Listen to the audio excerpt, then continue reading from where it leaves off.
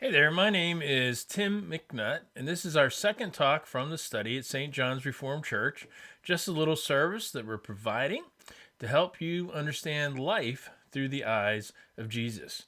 Today, we want to reflect on the topic of hopelessness and despair, and that's a big issue in our culture right now. A recent survey of over 2,500 people found that 51% consider themselves depressed and hopeless.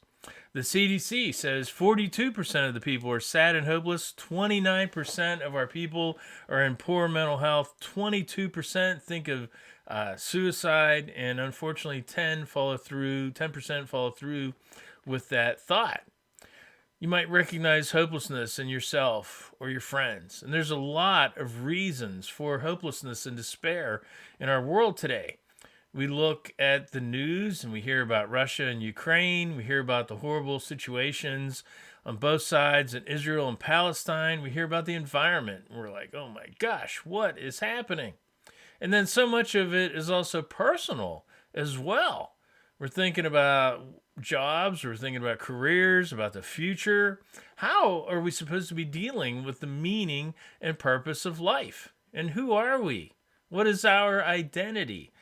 We struggle with our questions of our sexuality, of gender, and race, and justice in the world today. It's providing so much darkness and sadness. And what makes all of these issues even darker is the way that we are handling them as a people. People just aren't getting along. People are fighting about what to do about these big questions in life. We've lost the sense of an overarching narrative of hope and light in the darkness. So, where are we supposed to turn? People shout out their answers. What are some of those answers? Naturalism is one of the answers, that we're just here by chance and it's up to us to create our own meaning. Except we can kind of see through that, can't we?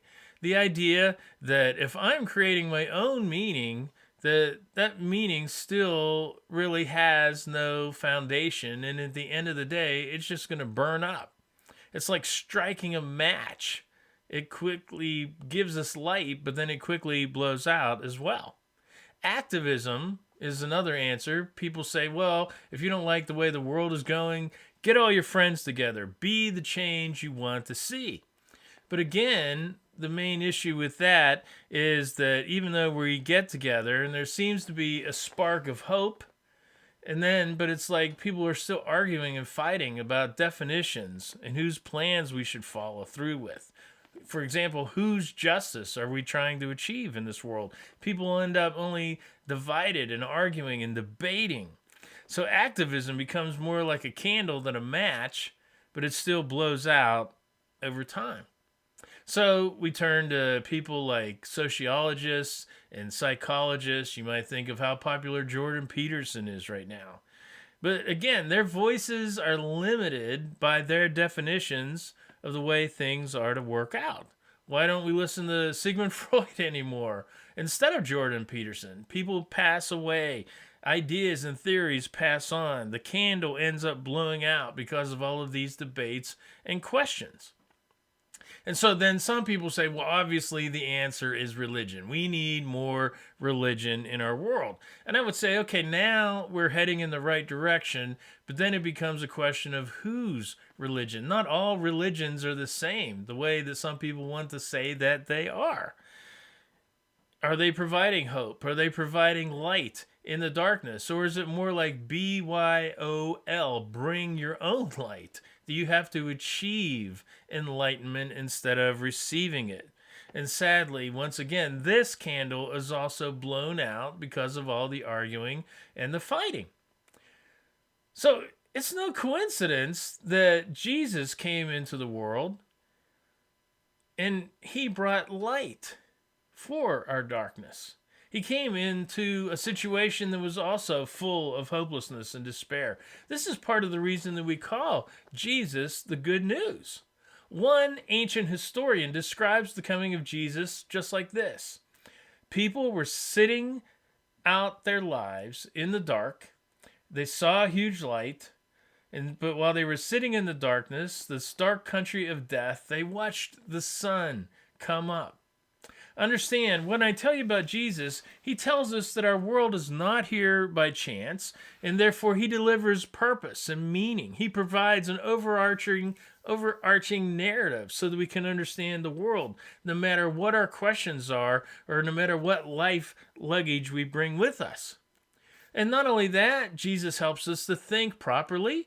Jesus helps us to trust others so that we can understand that we are not alone here in the darkness. And whatever questions and addictions and issues that we have, we can work together with other Jesus followers to find Jesus' answers. Most importantly, Jesus came into this world to offer us all a free gift of hope. We don't have to figure out how to get to Jesus. We don't have to figure out how to be like Jesus, how to achieve Jesus in our lives. Jesus comes to us and he promises to stay with us no matter how dark and despairing our lives might get. Let me encourage you that this world is not as hopeless as it seems. Give a shout out to Jesus. Pray to Jesus. Call out to Jesus. He promises to hear you and to come to you and plant seeds of hope in you to give you a fresh start in life. Remember, hope is part of the ultimate meaning of Christmas, which is right around the corner. John chapter 3 says, "This is how much God loved the world. He gave his son, his one and only son, and this is why, so that no one need be destroyed. By believing in him, anyone can have a whole and lasting life." God didn't go to all the trouble of sending his son merely to point an accusing finger, telling the world how bad it was. He came to help, to put the world right again. So thanks for listening as we reflected on this topic today. Thank you for listening, for your time. Please hit the like button if this has been of help to you. Leave your questions and comments down below, and please share this with others so we can help people in these very dark times. Thanks.